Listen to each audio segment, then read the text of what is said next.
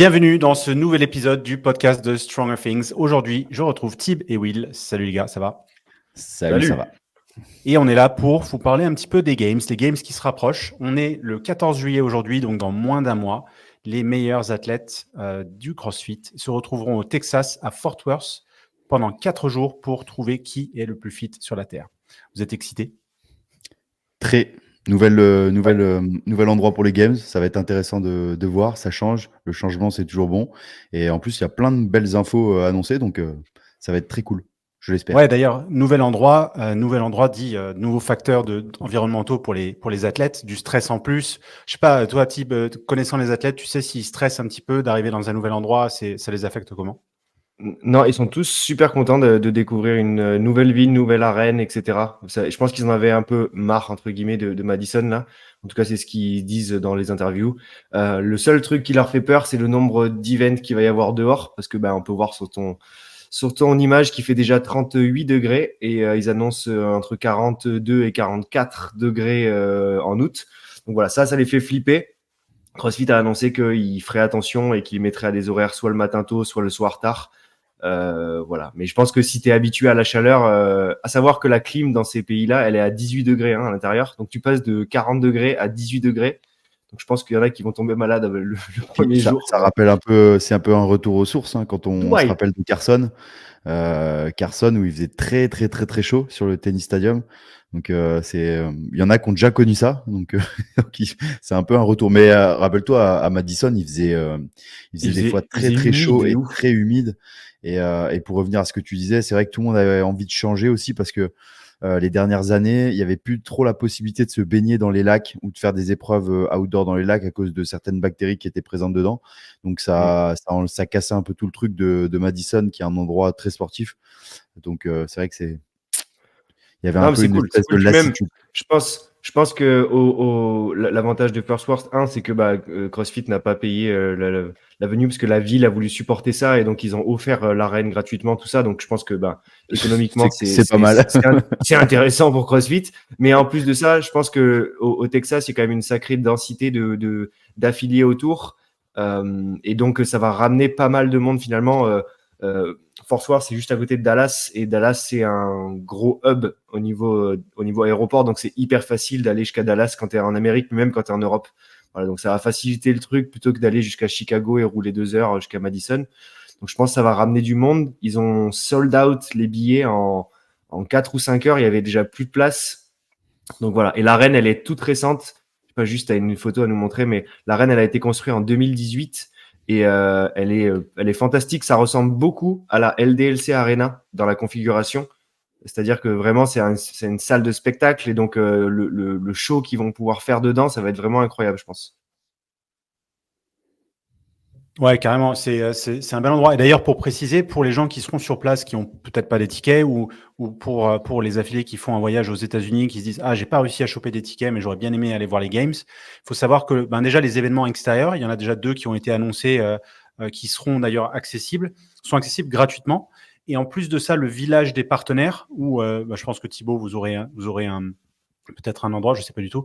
Mais en tout cas, les stands, etc., sont accessibles de tous les spectateurs gratuitement. Donc, si vous allez, c'est pas comme à Madison où, voilà, pour rentrer dans le village, il fallait avoir un ticket. Là, c'est accessible. Vous pouvez participer à l'expérience CrossFit, même si vous n'avez pas un ticket pour l'arena des Dickies. Ouais, parce que donc il y a un track event qui est prévu un soir et en effet il y a 12 000 places dans le stade et tu peux rentrer gratuitement. Donc, et d'ailleurs même si tu as payé ta place à la Dickies Arena, en soi t'es pas sûr. Imaginons qu'il y ait 15 000 personnes qui se pointent, peut-être que tu pourras pas assister à ça. Mais c'est cool. Si jamais on arrive à le remplir, c'est que c'est positif. Ouais, on reviendra là-dessus d'ailleurs.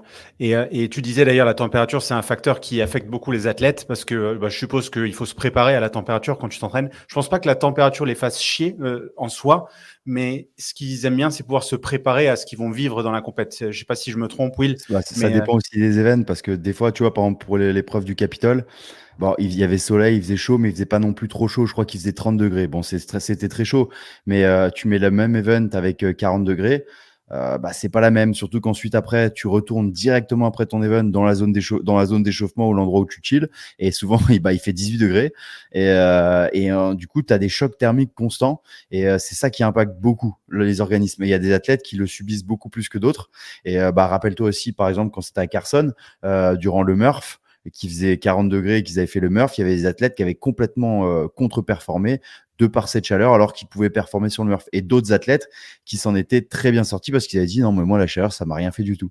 Donc, c'est un gros facteur à prendre en compte. Je pense que les équipes autour des athlètes, de nutritionnistes, d'accompagnants, ils vont avoir un gros travail à faire pour faire en sorte que les athlètes aient suffisamment d'apport nutritionnel et d'hydratation.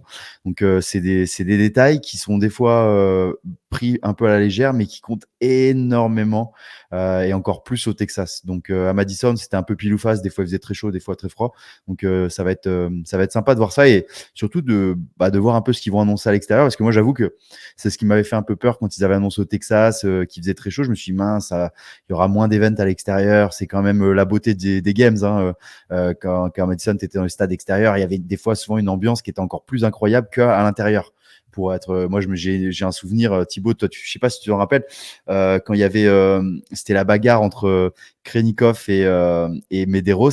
Et, sur les lunges, là. Sur les lunges, et le bruit que ça avait fait, c'était incroyable. Mais c'était franchement un bruit. Mais comme tu dis, c'est vrai que les plus belles photos, les plus belles vidéos, si tu regardes tous les films CrossFit, c'est toujours les events à l'extérieur. Et c'est vrai que c'était un des reproches qu'il y a eu tout de suite, c'était de dire, ah, mais si tout est dedans, on perd un petit peu ce côté-là. Et je pense que Castro, il va, avec le track event, il va réussir à choper ça. On ne sait pas s'il y a un event, 2 events, ou enfin, on connaît Castro, pas trop c'est encore. un grand fan du fait dans ta programmation, même dans ton entraînement, la période des games, pour préparer les games, c'est la période, comme il dit toujours, c'est là où tu t'entraînes en dehors de la boxe. Et du coup, je pense qu'il va essayer de rester fidèle à ses principes, à ses valeurs. Ouais. Donc, il va prévoir. Il adore sortir les athlètes de la boxe, je dis la boxe, mais là, du coup, c'est de l'aréna, pour essayer de tester leur fitness de différentes façons avec des choses pour lesquelles ils sont pas du tout habitués. Et vu que, on en reparlera plus tard, c'est lui qui a pris les rênes en intégralité de la programmation des individuels. Moi, j'avoue que j'ai vraiment hâte de voir la programmation dans son ensemble et de voir ce qu'il prépare parce que sachant ça, si je serais athlète et aux Games, ça peut t'impacter un petit peu parce que tu sais que Castro, il est un peu, tu sais pas à quoi t'attendre. Ça peut être vraiment hardcore et dans le bon sens du terme. Donc ça apporte un petit côté excitant pour le public et pour les athlètes. Il y a quelques mois, ils ont dit 95% des épreuves seraient en intérieur. Aujourd'hui, ils en ont déjà annoncé 2 en extérieur.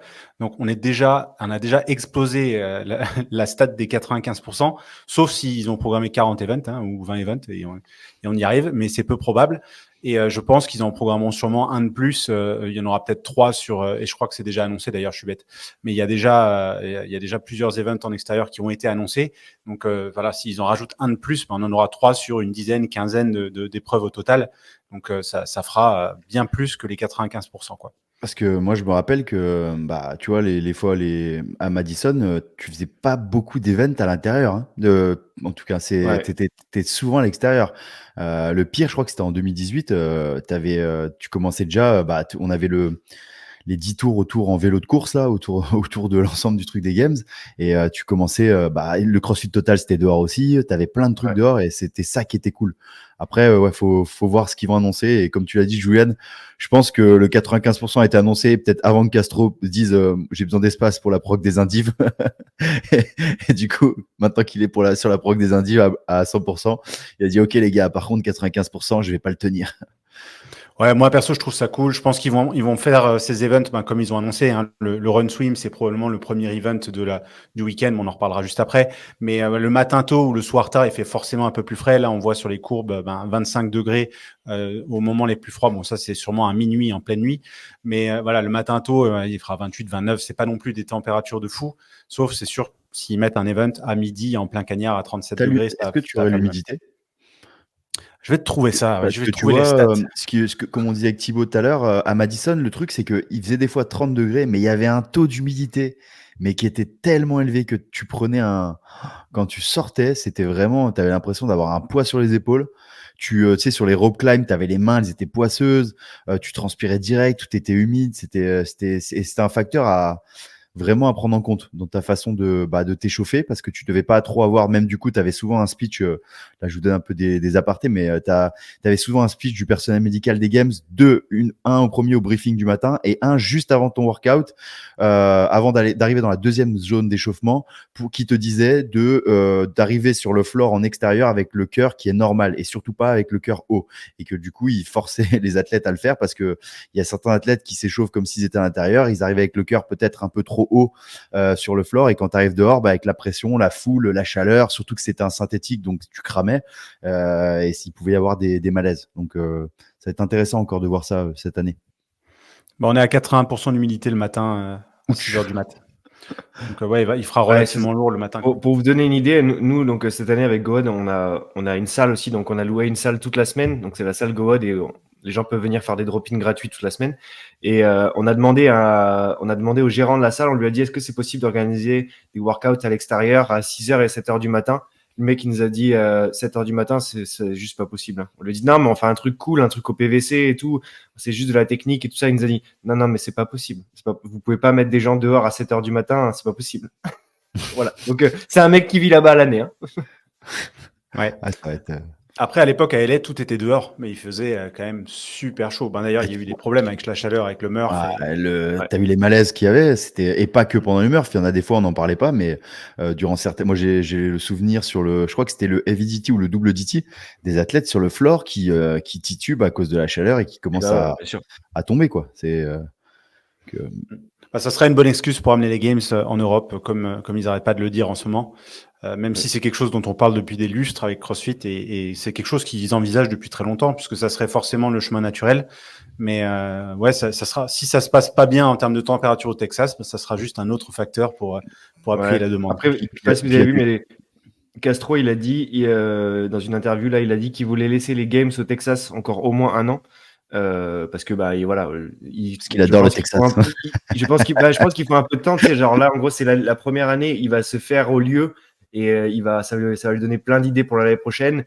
Il va utiliser le lieu 1, 2 ou 3 ans, et ensuite il a dit que son but ce serait d'amener les Games en 2027 en Europe pour la 21e édition des Games. Je sais pas si c'est du pipeau ou pas, mais en tout cas, si jamais c'est le cas, c'est vraiment cool parce que l'Europe le mérite largement, quoi.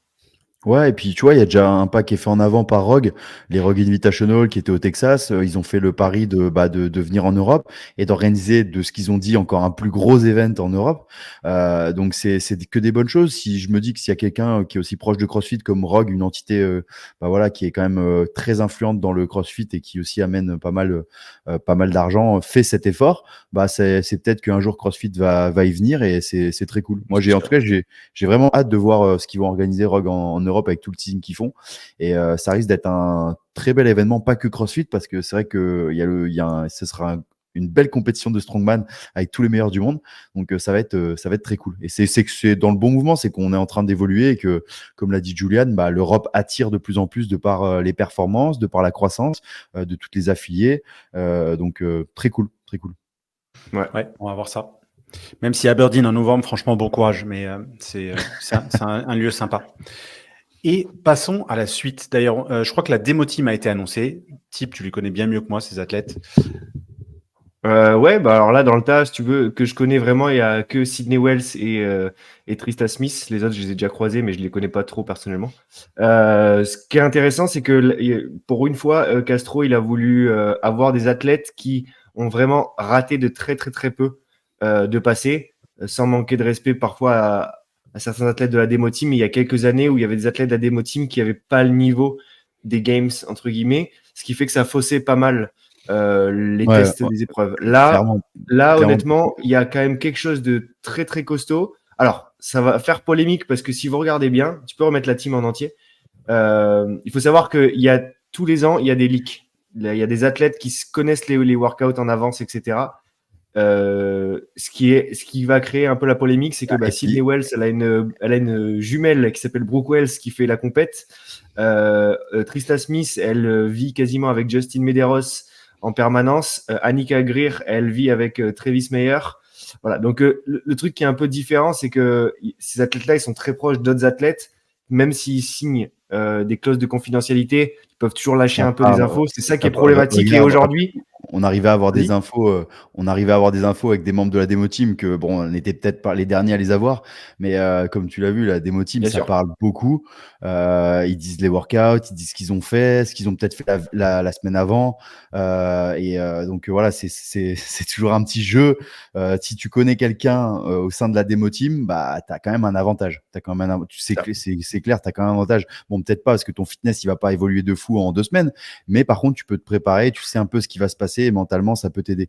Mais et comme c'est la raison d'ailleurs pour laquelle Castro a dit qu'il allait lâcher en fait beaucoup d'events jusqu'aux Games pour essayer que en fait même s'il y a des leaks, c'est pas très grave puisque tout le monde a l'information et que du coup tu peux te préparer et que ça rend le truc un peu plus fair play. Enfin moi c'est ça que je déteste principalement dans toutes les fuites qu'il y a, c'est ça me dérange pas tant que ça la fuite. Par contre ce qui me dérange c'est qu'il y a des gens qui soient au courant un mois en avance et d'autres qui le découvrent le jour même. Et ça, je trouve que c'est pas juste parce que y en a qui peuvent se préparer différemment de certains. Donc soit tout le monde est au courant, soit personne n'est au courant. Et là, ça, c'est parfait. Mais quand il y en a qu'une partie qui est au courant, ça c'est moyen. Même si on sait que c'est les jeux. Personnellement, l'année dernière, Victor Hofer était dans la démo team. Je lui ai mis une pression monstrueuse pour lui dire vas-y, allez, tu peux me lâcher une info, gros. Moi, je fais pas la compète. Et il lâchait rien. Il lâchait rien du tout. Il était là. Et une fois, il est venu me voir en me disant ok, il y a des double under. Je lui ai dit oui, je sais. Ça a été annoncé il y a 20 minutes. Il me dit ouais, je sais. Ouais. C'est pas une info que tu me donnes. alors que certains autres, je peux te garantir qu'ils te balancent ils te balancent les workouts direct. Hein. Ah, Victor, il était en panique. Il était trop en panique. Non, mais je peux me faire tuer et tout. Je savais qu'il allait rien dire, mais il a bien respecté le jeu et je trouvais ça cool. Mais on sait que c'est pas le cas pour tout le monde.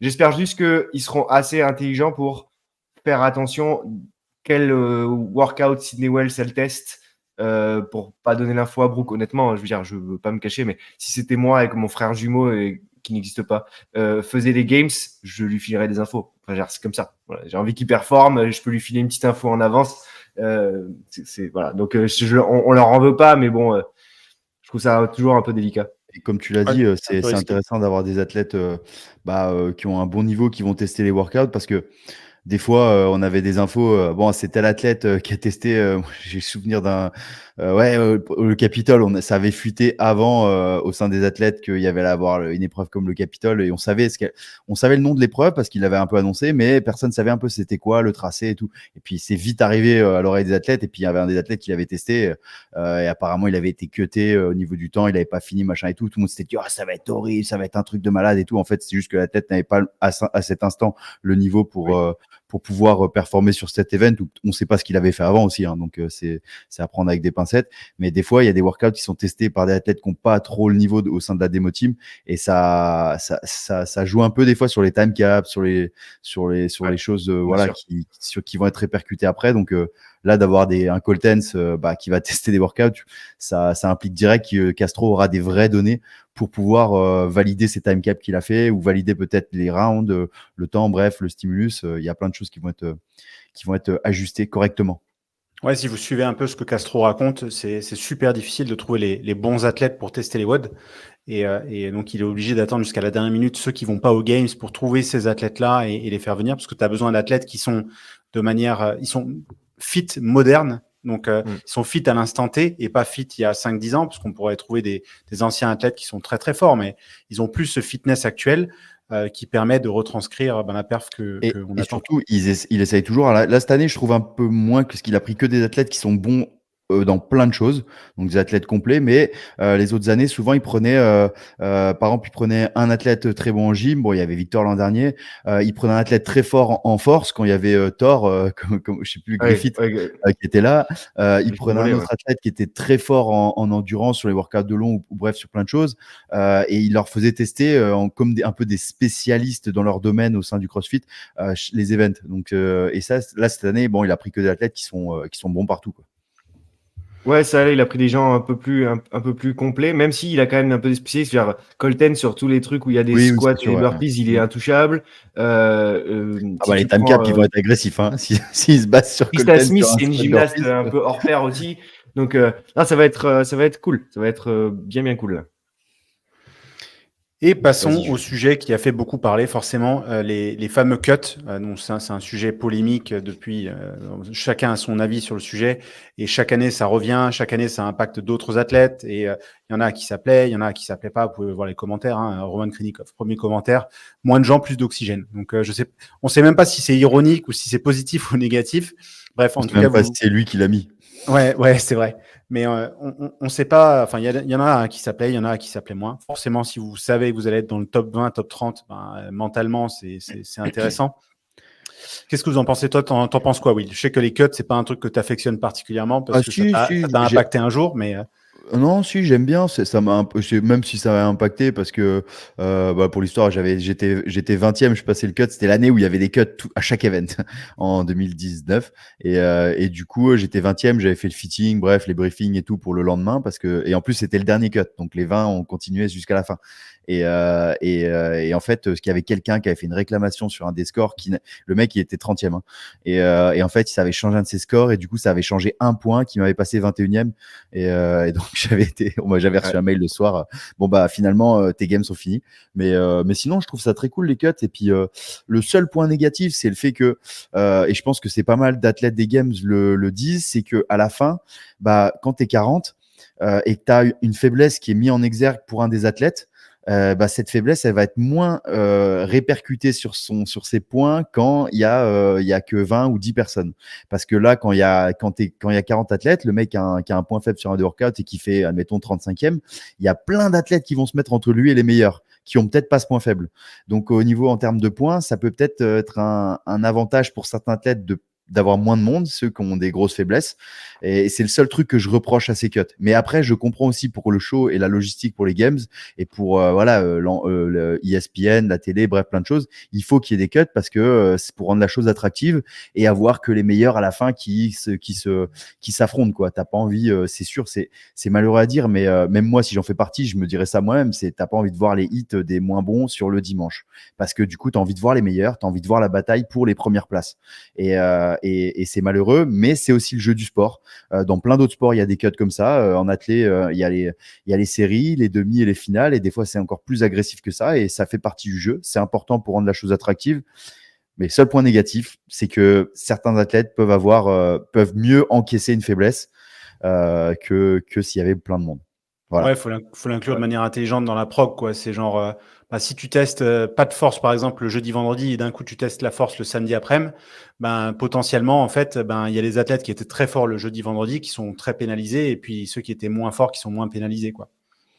Je trouve qu'ils ont Ouais. quand même pas mal appris de l'histoire là. Déjà, le dimanche, il y a plus de 10 athlètes, il y a 20 athlètes, ce qui est quand même le double et je trouve est sympa d'avoir 20 personnes. Je pense que ça laisse quand Ouais, même un 20, peu c'est de bien. place pour essayer de 10, se faire, c'est trop peu. comme tu disais, de prendre une tôle ou de battre tout le monde si c'est le cas. Aussi, je trouve ça sympa que si tu t'es qualifié, tu fais au moins jusque samedi midi. Voilà, et pas jusqu'au juste vendredi soir. Tu vas jusqu'au samedi midi. Euh, et puis ça met un peu de drama, ça met un peu d'histoire et tout ça. Moi, je trouve ça vraiment cool. À C'est le partir du sport. moment où, avant le premier cut, tu as testé l'ensemble du fitness et tu t'es pas focus sur juste le running ou autre chose. Et que du coup, ben, tu as les 30 athlètes les plus fit du week-end qui sont là. Et le dimanche, tu que les 20. Et aussi malheureux que ce soit, c'est pareil pour les teams, mais les teams, ça fait 30 fois 4 personnes. Déjà, c'est le bordel à regarder. Il y a des gens partout. Enfin, c'est très, très compliqué. Donc, moins il y a de teams et plus c'est facile à comprendre et plus c'est facile à suivre. Donc, je trouve ça hyper logique qu'il n'y ait que 10 teams le dimanche. Et je suis très content qu'ils le fassent. Honnêtement, moi, je suis plutôt pour le fait qu'il n'y ait que 20 teams qui se qualifient aux Games. Donc, là-dessus, plus ils réduisent et mieux ce sera pour les spectateurs. Mais pour les cuts, franchement, il faut le garder. Comme tu disais, hein, en athlé, il y en a, au golf, il y en a, dans plein de sports. Je vois le commentaire ça, de l'écran que Julien a mis. Il y en a un, il a mis Don't cut people in the decathlon par rapport au fait qu'au décathlon, à l'athlétisme, sur les 10 épreuves, il n'y a pas de cut. Oui, mais le cut, il a déjà été fait avant avec les sélections des personnes qui arrivent au décathlon, aux Jeux Olympiques, aux Championnats du Monde. Ils sont pas 40. Donc, c'est aussi à prendre en compte. Et comme l'a dit Thibaut, moi, je suis très fan du 20 pour le dimanche. 10, c'est trop peu.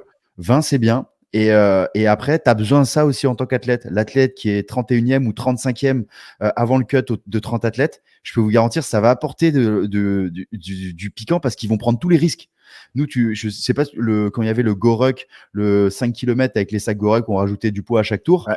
Il y avait des athlètes, et moi y compris, j'ai dû prendre des gros risques et partir sur un gros pace parce que je voulais gagner des points pour être sûr de passer les cuts. Et du coup, tu te retrouves à sortir vraiment de ta zone de confort encore plus et à avoir des stratégies un peu plus agressives que ce que tu voudrais de par ces cuts. Donc, c'est bien à la fois pour les athlètes, c'est bien à la fois pour CrossFit et pour rendre attractif le sport qu'on a envie de rendre attractif. Les mêmes gens qui critiquent ça, c'est les gens qui disent « Ouais, mais CrossFit fait rien pour essayer de se vendre et devenir de plus en plus attractif. » Bah si, c'est le cas, mais automatiquement, chaque décision implique des personnes pas contentes. Mais pour le sport, je trouve ça une bonne chose. Et puis, comme tu l'as dit, jeudi, vendredi 40, ça donne l'occasion de s'exprimer sur déjà 2 jours. Et samedi matin. Et samedi matin, ouais, ça donne, surtout avec les événements qu'ils ont annoncés pour les 40, tu as quand même une belle possibilité de t'exprimer et d'avoir tes points forts mis en avant, tes points faibles peut-être aussi mis en avant, à ta défaveur. Et puis voilà, d'avoir déjà un cut qui est intéressant et qui est pragmatique au vu du niveau des athlètes. Voilà. Moi, je suis très d'accord avec vous. Et en plus de ça, d'un point de vue programmation, logistique, etc., ça te donne une latitude nécessaire pour, en tout cas au niveau des games, pour créer des événements qui sont plus cool, pour tester des choses qui sont encore plus différentes et pour créer du spectacle, du show pour les spectateurs sur place et pour le live et aussi sur les time caps. Donc, forcément, quand tu as 40 mecs, tu peux faire des mass start comme le run swim, etc. Mais quand tu as testé ça, tu peux pas faire des mass start pour tout, quoi. Je veux dire, si tu commences à tester un truc avec des yoke, des machins, des trucs, où tu es obligé d'avoir 10 lignes et donc plusieurs hits, forcément, si tu n'as que 20 athlètes, tu divises ton temps par 2 et tu peux augmenter tes time caps, tu peux tester plus de trucs. Et puis forcément, il faut le savoir, si vous regardez le live sur YouTube, etc., et nous, on voit les stats quand on fait les lives sur CrossFit France, quand on est sur les premières vagues, il y a peu de gens qui regardent et c'est quand on arrive à la 3e, 4e vague qu'on a le pic d'audience. Forcément, on veut voir les meilleurs du monde. Forcément, on veut voir, c'est comme si vous regardez le golf, la Formule 1, on regarde toujours la dernière partie de la qualif, on regarde toujours les 10 derniers tours, on regarde toujours la dernière heure du Tour de France, c'est la même chose. Donc voilà, moi je suis très content, un peu comme type, je suis assez satisfait avec ce qu'ils ont fait avec les cuts, de garder les gens jusqu'à samedi midi, c'est cool.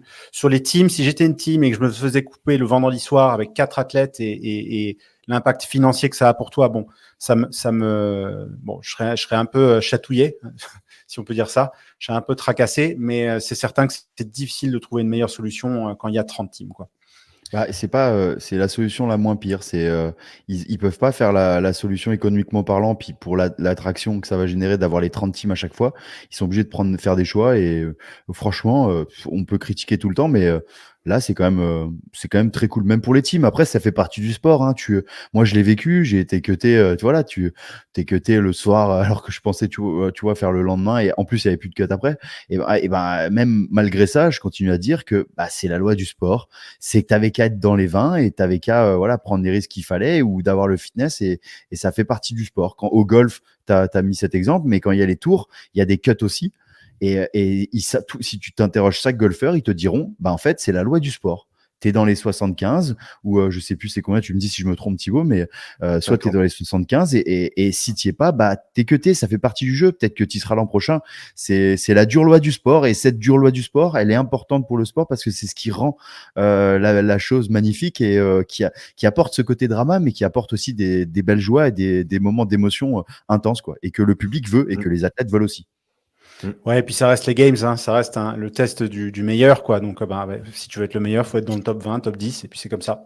Même pour les sponsors, Thib, tu me diras, je suis sûr que toi, si tu réponds que en tant que sponsor des games, parce que Goad est encore et toujours sponsor des CrossFit Games, et vous sponsorisez aussi beaucoup d'athlètes, je suis sûr que les cuts, c'est quelque chose que tu trouves intéressant. En tout cas, dis-moi si je me trompe. Non, mais complètement, hein, c'est pas pour autant, ça peut cutter les athlètes GoWed, hein. Donc on pourrait se dire, ah bah c'est triste, on les voit moins, etc. Mais moi, je trouve que justement, ça professionnalise le sport. Je trouve que ça sera encore plus visuel. Il y aura plus de monde qui vont se connecter parce que tu vois que les 2 meilleurs hits, entre guillemets. Honnêtement, j'ai pas de problème avec ça. Il y a aussi un point qui est parfois intéressant pour les sponsors. Alors, tu peux pas le prévoir, mais c'est que bah, ça donne aussi l'opportunité parfois à des athlètes qui se sont fait cutter le dimanche de venir un peu dans les marques partenaires et de rencontrer des gens parce que sinon ils n'ont pas le temps. Donc c'est un autre aspect aussi. Non, honnêtement, je pense qu'il n'y a que du positif avec ces cuts à partir du moment où ils sont faits de cette manière-là, c'est-à-dire beaucoup plus réfléchis et beaucoup plus longues, 40 athlètes jusqu'au samedi matin que 20 athlètes le dimanche. J'ai aucun problème avec ça et j'ai l'impression que de toutes les interviews d'athlètes que j'ai entendues jusqu'à présent, tout le monde était complètement d'accord avec ça. Même ceux qui ont un vrai risque de se faire cuter, ceux qui sont vers la fin, qui disaient ouais, c'est normal. Donc je pense qu'ils vont le garder. Hein. Est-ce que tu n'es pas content quand tu es 38e et que tu sais que tu te fais exploser la gueule de pouvoir arrêter ton week-end. En 2000, je crois que c'est 2022, il y avait Sola, Sigurðardóttir, là, qui avait dit que s'était fait cutter le samedi soir et qui avait dit de toute façon, je suis trop contente de me faire cutter parce que là, je me suis fait rouler dessus tout le week-end, j'en peux plus, je peux plus encaisser. Donc en fait, oui, et puis dans tous les cas, en effet, tu vas te battre pour la 36e place ou la 31e place, mais le but de Dave Castro et le but des CrossFit Games, c'est de trouver le fittest runners. Ils l'annoncent tout le temps et ils en ont rien à foutre du 20e au 40e. C'est honnête, hein, ils le disent. Ils disent, nous, ce qu'on veut, c'est que le fittest, il gagne. Après, 2, 3, 4, machin, c'est pas leur problème. Écoute. Passons aux événements qui ont déjà été annoncés. Donc, il y a déjà des petits teasings qui ont été faits. Il y a déjà des events qui ont été annoncés, notamment l'event 1. Donc, celui-là, il est le jeudi matin. Et on sait que celui-là, ça sera un event outdoor. Donc là, si vous regardez YouTube ou la vidéo, vous pouvez voir l'annonce sur Instagram où il nous montre un lac. Il nous montre l'événement. Donc, ce qu'on sait, c'est qu'il y aura à peu près 4 miles. Je ne sais plus où on a trouvé cette info, mais c'est un run et un swim. C'est bien ça? Avec des belles Reebok de run sur la tête. C'est ce que j'allais dire. J'avais dire, pas remarqué, mais là, il y a un mec qui court en Reebok, sponsor par Gorek. Putain, les gars, c'est un effort. Ah, il y en a, ils l'ont mis The Reebok Shoes are throwing me. C'est Adam Klink qui a mis ça, qui travaille chez Rad. Donc, c'est tout un méli-mélo de marque. Et voilà. Il a smart son commentaire pour mettre un peu en avant. Je suis content de cet event. Honnêtement, j'aurais bien aimé voir Will dessus, pour être honnête. C'est cool. Franchement, comme on disait, les events extérieurs, c'est toujours bien. On se rappelle du Run Swim Run où Brent Fikowski était arrivé juste devant Tia. C'est toujours des events super cool, je trouve, pour les athlètes. Ça met un gros coup quand t'es pas préparé. C'est du CrossFit classique aux Games. Puis en fait, en vrai, en tant qu'athlète, il y a beaucoup d'athlètes des Games qui n'aiment pas courir, qui n'aiment pas courir, qui se trouvent beaucoup d'excuses pour le fait de courir, voilà, souvent j'ai ci, j'ai ça, bref. Et quand tu es aux Games et que tu es un athlète qui aime bien courir et qui aime bien nager, tu as déjà un avantage de fou sur les autres. C'est pour ça que vous verrez toujours un Brent Fikowski, un Vellner, un Medeiros devant tout le monde aux Games, parce que c'est des mecs, ils n'ont pas ces points faibles, ils adorent courir, ils adorent nager, ils adorent faire d'autres choses. Et donc ça, tu vois, quand tu vois ça annoncé, tu as déjà des athlètes qui vont se mettre au fond du trou et tu as des athlètes qui vont être en mode « Ok, très cool, je vais pouvoir prendre l'avantage sur pas mal d'autres athlètes. » Et puis le fait d'être en dehors de la boxe et de tester ton fitness sur des choses comme ça, normalement, en tant qu'athlète CrossFit, ça doit t'exciter, hein, ça doit être quelque chose que tu adores. Et puis voilà, c'est vraiment un bel événement. Moi, je suis très très content de l'annonce. Et puis je pense qu'on va revoir de la course à pied dans d'autres events avec l'épreuve, avec la piste d'athlée là. Je pense, connaissant Castro, c'est obligé qu'il va l'utiliser ou au moins le field. Donc ça va être très intéressant à voir. Et donc il y a des pages aux États-Unis, la Barbell Spin par exemple, que tu connais bien toi Thib. Je sais que vous êtes partenaire de Barbell Spin, qui a un très beau site d'info et qui est à fond et qui a fait une petite enquête. Donc il a regardé la vidéo, il a trouvé le lac. Il a trouvé une idée de parcours et potentiellement une idée de traversée de natation qui est logistiquement plausible. Je crois que ça fait 4 miles en plus, exactement. Ouais, tout à fait. Ça fait exactement 4 miles et la natation, on est sur 0,56 miles. Donc, à voir si c'est ça. Mais en tout cas, ça va être un bon parcours. À mon avis, ils vont faire ça tôt le matin le jeudi. Et donc, la piscine va faire du bien. Enfin, l'eau va faire du bien. Ouais, ça va être. Surtout que si c'est comme ce que Barbell Spin dit, donc là, ça va être la course à pied. Le fait qu'il y ait des virages, c'est très intéressant parce que ça implique que tu dois relancer. Si tu veux faire la différence, les virages, tu ralentis, donc tu dois relancer. Donc c'est très éprouvant. Par exemple, là, cette année au Wodapalooza, il y avait un 5 km run, mais avec plein de virages de S dans tous les sens dans la forêt. Et c'était ultra impactant parce que tu devais relancer. Et là, bon, c'est pas plein de petits S, mais il y a quand même des virages et ça termine par la course à pied. Et nager, tout le monde sait le faire. Ou en tout cas, au game, c'était obligé de savoir nager. Mais nager avec le cœur haut, c'est pas la même chose. Là, encore pour reprendre l'exemple des Wodapalooza, quand tu sortais de 100 burpees ou je sais plus combien de worm thruster ou de worm squat, je sais plus, et que tu devais aller nager, les premiers mètres, tu prenais un sacré impact. Et donc là, ça peut être visuellement parlant très intéressant. Parce que 4 miles, c'est pas très long en course à pied ce qu'ils vont faire avant. Et ensuite, la question c'est ça, Will. On n'a pas l'info si c'est le swim ou le run avant. Ils ont dit run swim. Alors, ils ont dit run swim, mais tu sais pas s'ils disent ça parce que c'est pour ça que j'aimerais bien que ce soit le swim à la fin. Je trouve en termes de programmation et de trucs télévisuels, ça serait tellement beau à voir parce que tu as des athlètes qui vont peut-être avoir 50 mètres d'avance en natation au run et qui vont peut-être perdre l'event là-dessus, tu vois. Donc ça peut être. Moi, je pense que d'un point de vue programmation, c'est plus rigolo de faire run swim, comme tu dis. D'un point de vue visuel télé, c'est plus sympa d'avoir des mecs qui sprintent pour les images, d'avoir les mecs qui sprintent jusqu'à la ligne d'arrivée et plutôt que dans l'eau à nager où tu vois pas prévoir 100 mètres. Ils vont prévoir comme ils font d'habitude, 200 mètres, 100 mètres après la natation pour avoir, tu sais, comme ils avaient fait avec Tia quand cette image, les images qui avaient fait le tour du monde où tu la voyais sprinter en sortant de l'eau, elle sprintait sur 100, 200 mètres. Ils font souvent ça. Après la natation, tu as toujours un sprint de 100, 200 mètres. Et puis, franchement, les mass start dans l'eau, c'est une horreur. Moi, je me rappelle en 2018, on était 40 athlètes en mass start dans l'eau à Madison, et il y a des athlètes, ils te chopent les pieds, ils t'agrippent et tout, sans déconner, hein, c'est pas une blague. Hein. Donc, c'est une horreur. C'est une horreur. Et ce qui sera intéressant, c'est si tu nages pas très bien, tu vas tout tenter en course à pied pour arriver en avance à la natation. Pour te noyer ensuite. Et te noyer après et te faire rattraper au dernier moment. Ça va être vachement intéressant à regarder, je pense. À votre avis, vous avez un pronostic sur cette épreuve? Ils vont courir, ils vont nager. Ah putain, pas mal. Sur qui va gagner? Qui va gagner? Parce que c'est la meilleure nageuse et la meilleure coureuse, donc il n'y a pas de débat. Et chez les garçons, je vois bien un Bren Fikowski. Ouais, Fikowski. Ça court fort, ça nage fort.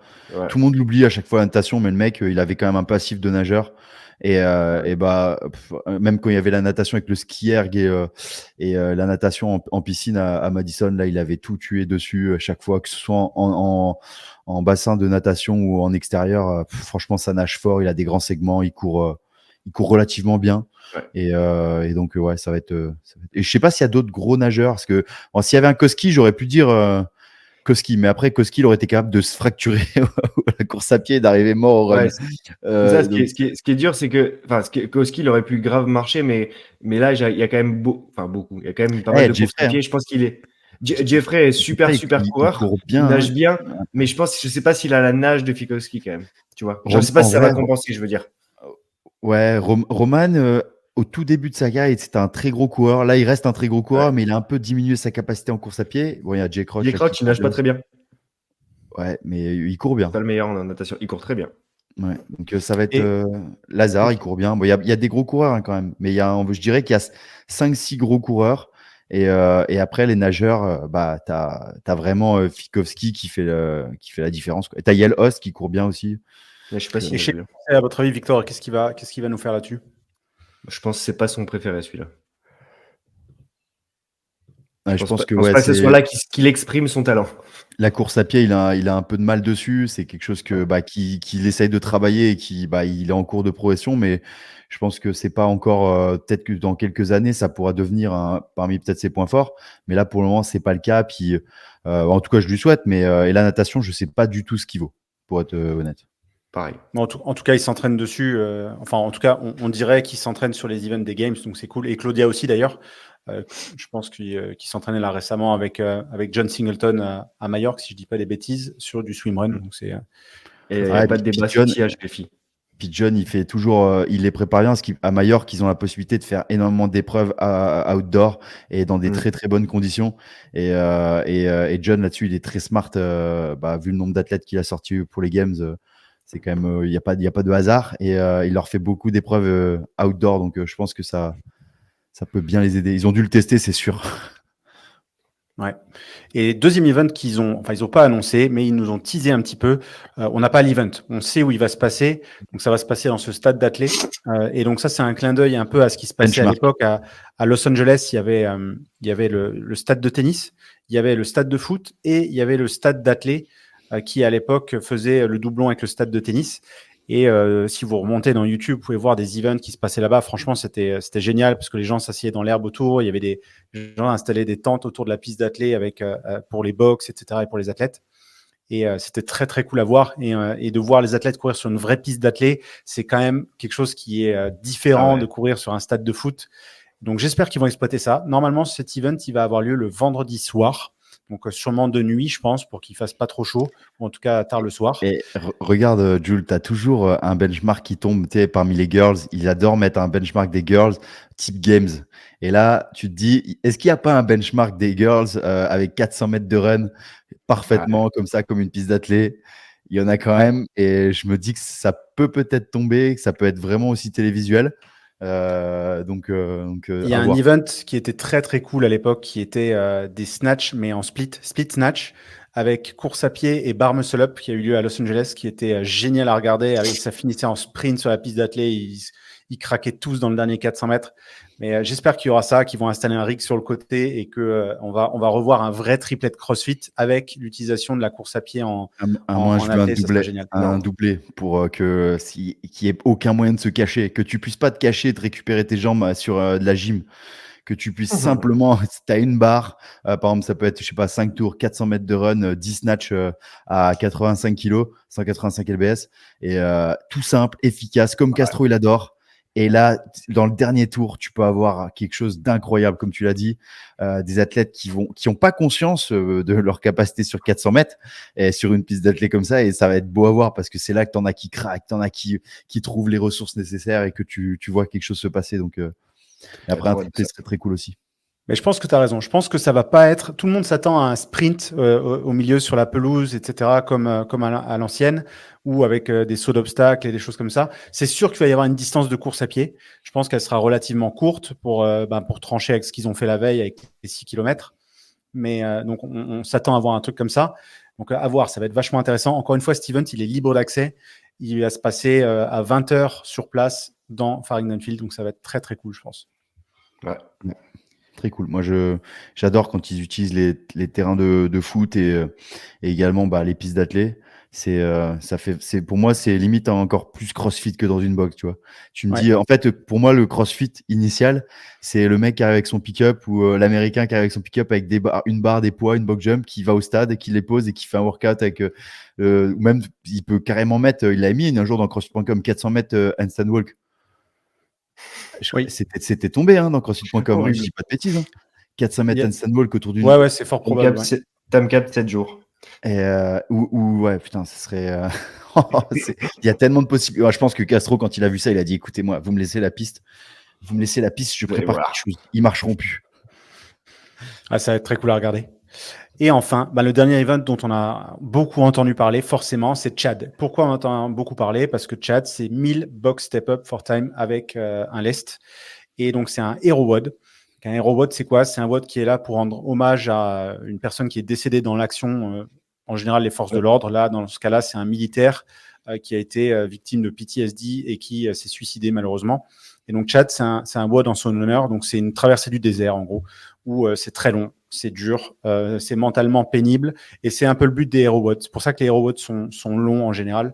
Et c'est pas pour vous faire souffrir ou pour retrouver l'intensité. En général, c'est plus pour rendre un hommage et traverser une épreuve qui est dure, comme ils ont traversé. Donc, Chad, c'est vraiment là pour rendre hommage à ça. Donc, moi, je trouve ça super intéressant qu'ils aient mis ça. Maintenant, forcément, il y a des discussions sur est-ce que ça va être intéressant à regarder, est-ce que c'est un bon WOD à programmer, etc. Clin d'œil aux rameurs, au marathon rameur qu'il y a eu à l'époque où tout le monde ramait en même temps. Qu'est-ce que vous en pensez?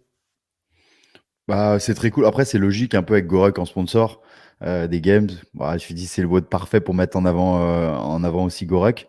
Et j'ai hâte du petit little twist qu'il a annoncé Castro là. Ça, moi je serais athlète, t'as Castro qui dit ça. Tu te dis, ok, ça se trouve, les 1000 box step-up, ils vont être intégrés, alors, comme l'a dit Saxon, en 10 rounds de 100 step-up et autre chose. Donc ça, c'est tout à fait possible. Donc j'ai hâte de voir. On peut pas savoir. Là, Castro, il adore annoncer quelque chose pour que tout le monde pense ils ont compris ce qui allait se passer et après faire un virage à 180 degrés en disant, vous aviez compris, mais ça ne va pas se passer comme ça. Donc j'ai hâte de vous savoir. Ouais, je pense qu'il va garder vraiment l'essence du WOD, qui reste les 1000 box step-up, parce que c'est Chad. Et Chad, ça doit rester Chad, et c'est comme ça, il va pas le déformer, surtout que lui, c'est un ancien Navicile, donc il va vouloir rester fidèle à ça. Maintenant, est-ce qu'ils vont augmenter les poids? Est-ce qu'ils vont faire avancer les athlètes? Moi, je pensais ça au début. C'est chaque 100 step-up, tu rajoutes, comme on avait fait en 2019, un petit truc dans ton sac Gorok, un petit lest, et ça augmente progressivement. Et ça, tu vois, c'est typiquement le genre de truc que Castro, il aime bien aussi. Moi, il y a un truc que je pense pas spécialement réalisable, mais que je kifferais avoir.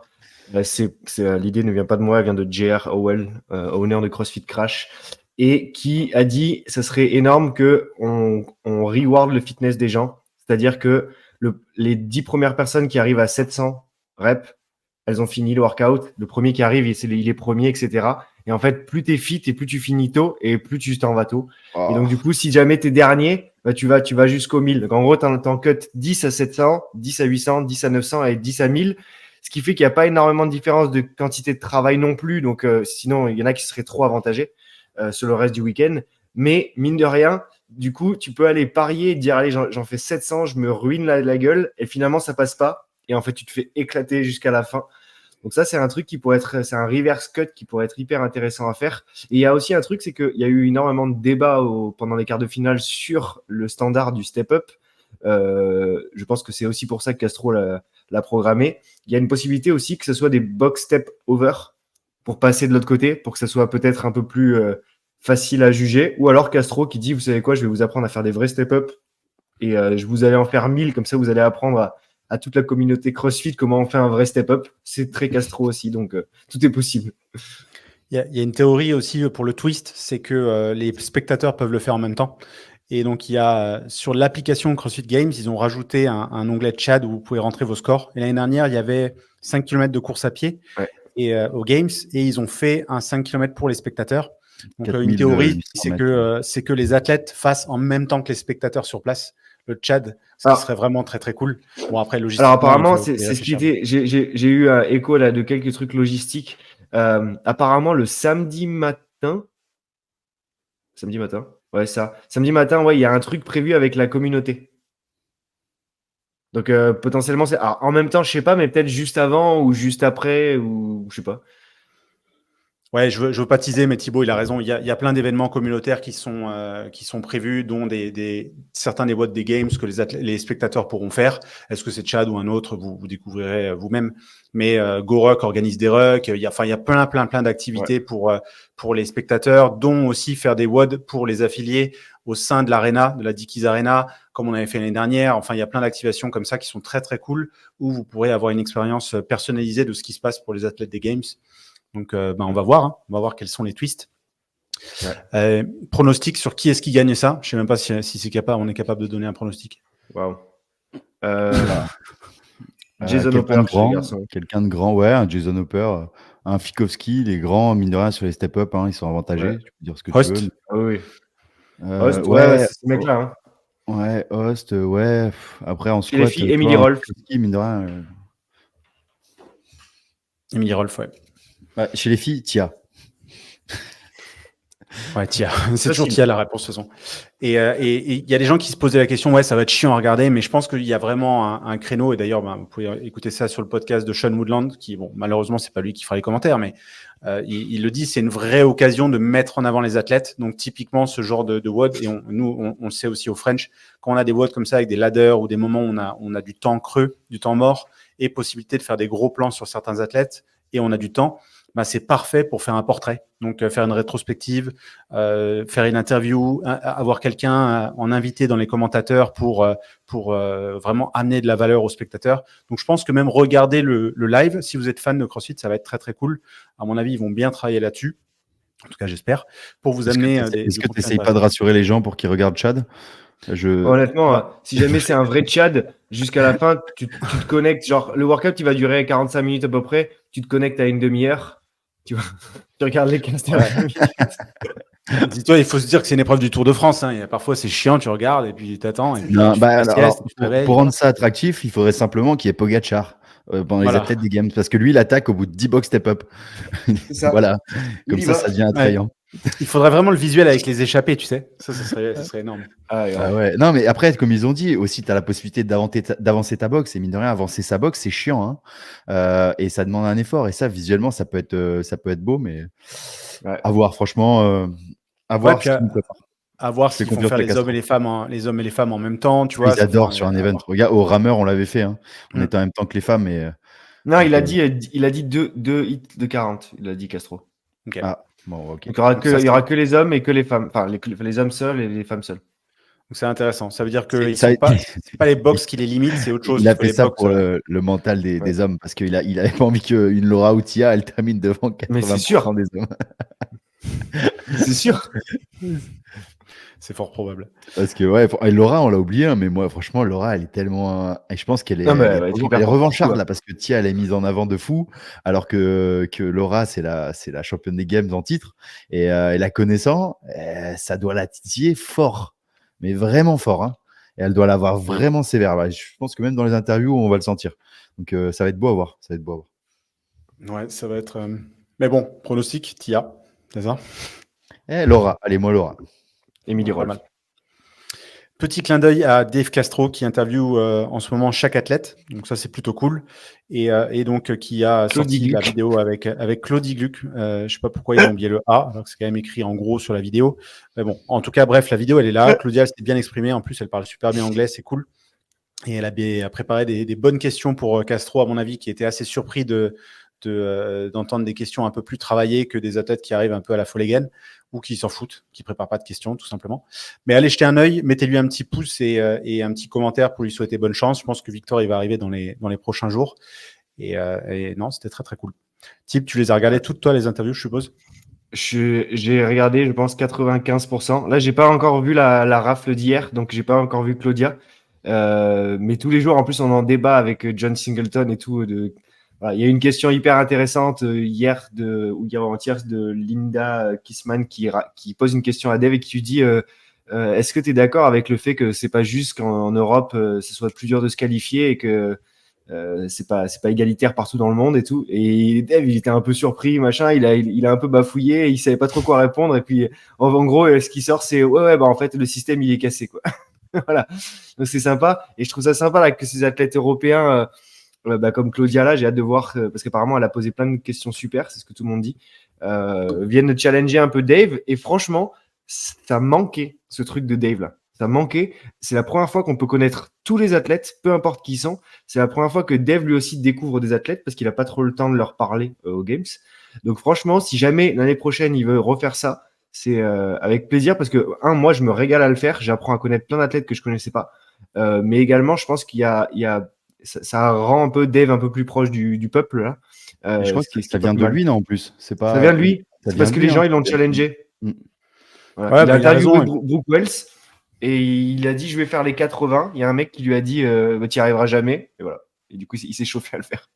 Ouais, j'aime bien. Ouais, et puis c'est pas un exercice dans lequel il est super à l'aise. Hein. C'est pas son délire de base de faire ce genre de choses. On le voit dans les interviews, il a du mal à connecter tout de suite, mais ça se voit qu'il devient de plus en plus à l'aise avec ça. Et c'est pas qu'il se force, mais c'est pas quelque chose où naturellement il aurait fait. On va pas se mentir, je suis un grand fan de Castro, mais il a pas perdu le Nord. Hein. Il a pas mis son nom et prénom sur les interviews. Il a mis son site. CDCmercantile.com pour vendre ses objets. Hein. Ses huiles d'olive. Ses huiles d'olive. Ouais. Qu'on peut pas acheter. Moi, je voulais en acheter en plus, mais il fait des trucs en cuir aussi. Hein. Ouais, c'est son petits trucs en cuir. Ouais. Il n'a pas perdu le nord, le bon vieux dev. Mais super bon, les interviews. Allez écouter toutes les interviews des athlètes qui vous intéressent ou même ceux qui vous intéressent moins. Et puis même, honnêtement, vous allez apprendre plein de trucs.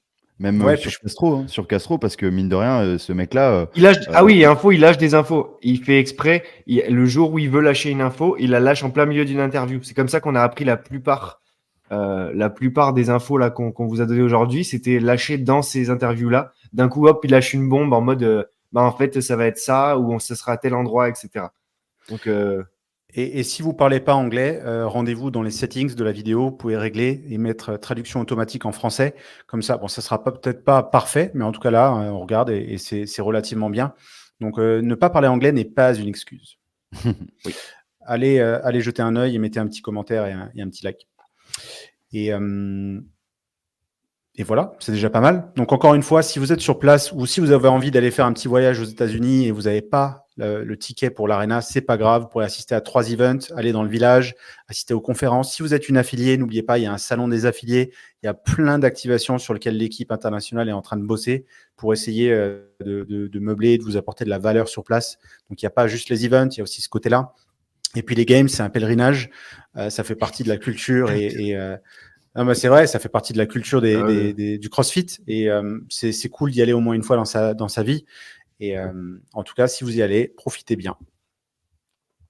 Thib, venez nous où est-ce qu'on pourra te trouver, Thib, toi?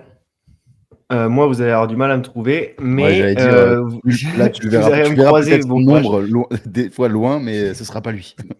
Non, alors nous, il y a deux choses avec GoWood cette année, donc on est encore partenaire. Donc on a loué une salle qui s'appelle CrossFit Westwood, qui est une affiliée qui est à 5 minutes de la Dickies Arena. Et donc toute la semaine, on prend d'assaut la salle. Et donc vous pouvez venir vous entraîner gratuitement. Il faudra s'inscrire sur un site. Les places sont très limitées, donc il faudra être très très réactif. Mais vous pourrez vous faire coacher par John Singleton, par Matt Fraser, par Chris Incho. Voilà, toute la semaine, il y a tous les coachs, tous les stars qui viennent coacher à la salle. Et également, cette année, on n'a pas de stand. On a changé d'activation. On a fait un truc où on voulait se la jouer un peu à l'américaine. On a loué un méga camping-car comme dans Mon beau-père et moi. Voilà, un truc gigantesque là, un truc d'américain de rêve. La référence, quoi. Ah ouais. Et il est tout brandé GoWood. Et en fait, le but, c'était de donner aux familles. Et oui, il le sait, hein, mais quand les familles viennent voir les athlètes, ils viennent voir leur enfant ou leur frère ou leur sœur, et ensuite il y a 2h30 où ils font rien. Et donc en tant que spectateur, en général, quand on est vraiment passionné de CrossFit à fond, on va faire un tour au stand, tout ça, mais quand on est parent, on est peut-être moins motivé par le CrossFit, donc en fait on s'ennuie un petit peu entre les events, et donc on a voulu faire quelque chose pour les parents et la famille de tous les athlètes GoWood. Donc ils auront le droit de venir dans le bus il leur est réservé, et ils auront à manger, à boire, du café, la clim bien évidemment, et on aura une télé pour eux, donc ils pourront se poser en fait entre les épreuves. Le but c'est que on puisse offrir ça à ces membres de la famille. Et puis je trouve ça assez sympa d'avoir du branding mais sous forme de bus. Moi je suis un grand militant pour que chaque marque et chaque training camp ait son bus comme en F1 et que du coup ça fasse comme un espèce de paddock. Voilà, qu'on puisse s'aligner comme ça. Franchement, ça coûte pas grand-chose. Comme au vélo. De louer ça, c'est trop bien. T'as vu les bus du Tour de France. Voilà. Si vous allez sur la chaîne YouTube de la team UAE de Pogacar, ils présentent leur bus. C'est attention. C'est n'importe quoi. Moi, j'aurais rêvé être cycliste juste pour ça, juste pour aller dans le bus. Et après, j'arrête ma carrière. Je suis dans le bus, je pars. C'est fini. Voilà. On vous mettra des petites photos là, dès qu'on sera là-bas. Du bus, mais franchement, c'est juste énorme. C'est les énormes bus avec les vitres là, qui sortent sur le côté pour s'élargir et tout. Là. Voilà. C'est fou. Il fait 14 mètres de long le truc. Putain, ça va être. C'est toi qui le conduis. Dis-moi que tu le conduis. Fais une story. Non, j'ai pas le droit de le conduire, mais je vais essayer sur le parking quand même. Alors aux USA, tu as le droit. Il faut que tu signes un papier que tu dis tu vas faire attention. Attention. Comme le jet ski là, quand on avait loué le jet ski, il fallait juste qu'on remplisse le questionnaire qui était déjà rempli. Ouais, pourquoi vous l'avez déjà rempli le questionnaire? C'est pour vous aider. Mais attendez, vous vérifiez pas nos compétences là? Si, mais ça va plus vite si vous avez déjà les réponses. Ah ok. Ok, c'est bon alors. C'est une vraie histoire. On l'invente pas. C'est une histoire, ouais. Et comme on parle de GoWood, il n'y a pas seulement les games, mais depuis hier matin, 7h, Thib et l'équipe de GoWood est officiellement une affiliée CrossFit. Donc CrossFit Mobility First, bienvenue à vous. Merci, cool. Merci. Trop bien. Franchement, il y a Quand on a commencé le CrossFit, quand j'ai commencé en 2014, j'aurais jamais pensé avoir une affiliée après.